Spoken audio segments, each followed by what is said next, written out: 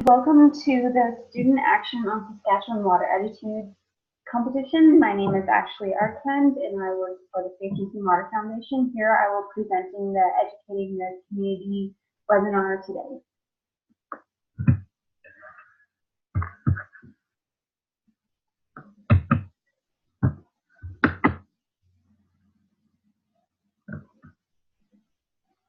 So the Safe Drinking Water Foundation has been a registered charity since 1998. We have been actively focused on water quality issues in Canada, and the Safe Drinking Water Foundation has been providing schools with materials and support necessary to educate young Canadians about water quality issues through distribution of water education kits.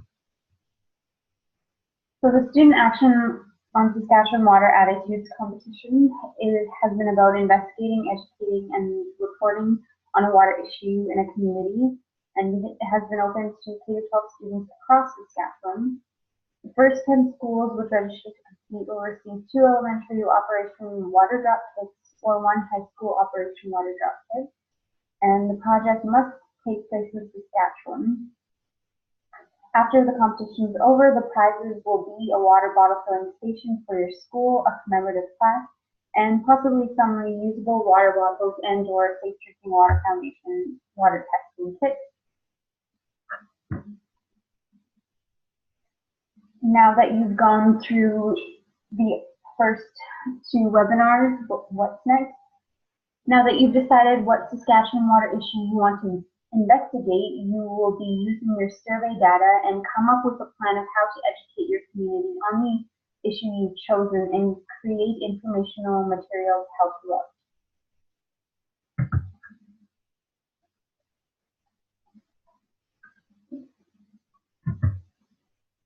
So what does your data say? After completing your survey, you will develop a plan best suited to baseline your data.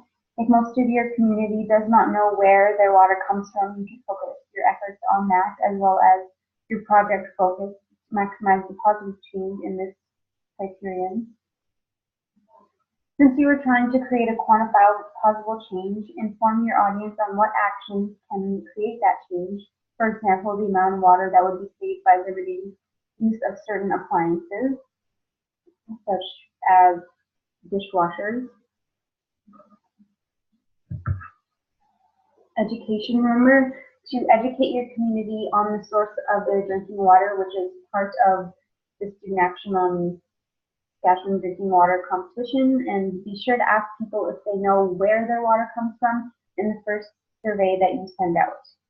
Now, in your follow-up survey, after educating them about their water source, ask again if they know the source of their drinking water, and take note of the change in how many people knew before and after. Be sure that everyone you educate fills out your survey, and establishing your baseline data is important before educating your community because you can't go back and do it afterwards. You must keep track of everyone who takes the survey, get names or emails so that you can be sure that they will complete your follow-up survey after as well.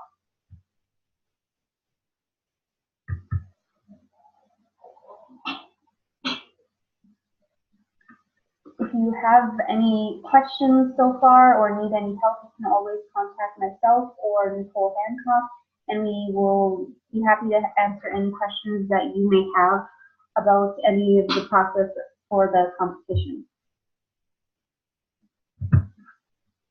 So how you can get your message out, there are many different ways to reach out to your audience in fun and informative ways. And have poster sessions, you can make a presentation to your community like a PowerPoint slide, you can have mail outs, or you can create a video with pictures and such to educate your community about the issue that you've chosen, to give them a visual of things that are happening in your community. Understand your audience to come up with a strategy that will be most interesting to them. And think about how you will be able to get the general community involved. So when you're educating the community, while you're educating them, you can ask them about how they think they can save water, how they save water, if they do. The poster session, a come and go event where you can interact with your audience individually, have a number of posters that are attractive and informative. People can have a look at all the posters and ask questions to help understand the issue. And it is also not a big time commitment for your audience. You can also make an event out of it, make snacks available, coffee, tea, or cookies. A formal presentation, which can be a PowerPoint presentation or some kind of performance educating on your issue.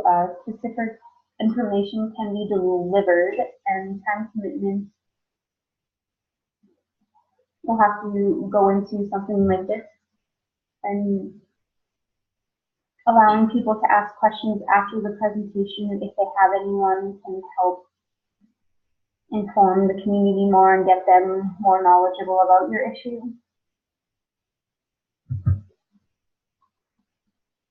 Other things like handing out brochures or other informational materials such as leaflets for people to take home from school, hanging posters around your school and your community. And this is a less direct form of communication, and it may be harder for your audience to ask questions. And people can easily ignore the posters or the leaflets and forget they have it or lose it.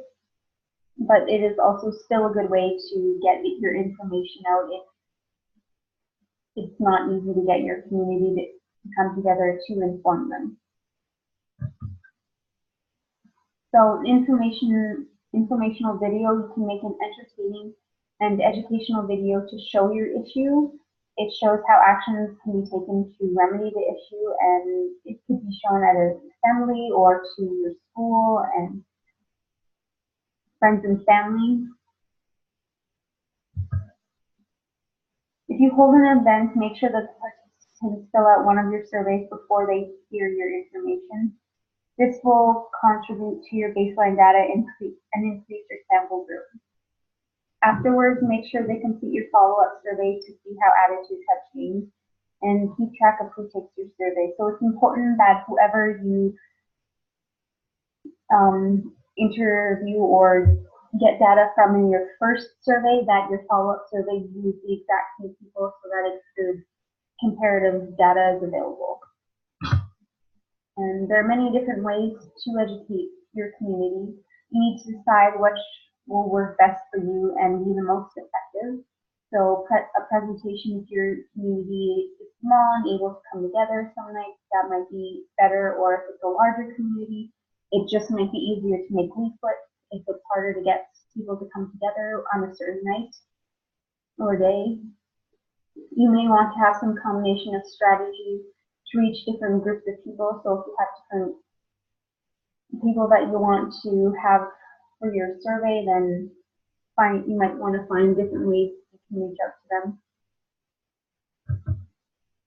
And as said before, if you have any questions about any of the things that you need to do or don't understand anything, myself or Nicole will be able to answer them.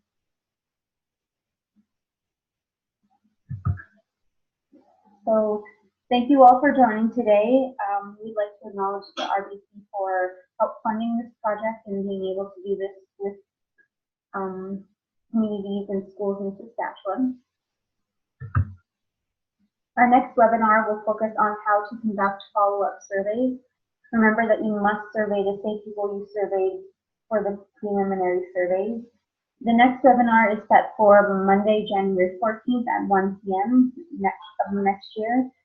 And if you are unable to make it today, recordings of the webinars and PowerPoint presentations will be available on our website in case there is a day that you cannot attend the webinar or something comes up. Here is the contact information for the Safe Drinking Water Foundation. If you have any questions at any point after this webinar or just like the opportunity to chat about your project, please feel free to contact Nicole or myself at our website, or you can also call us and ask any questions that you may have about your project.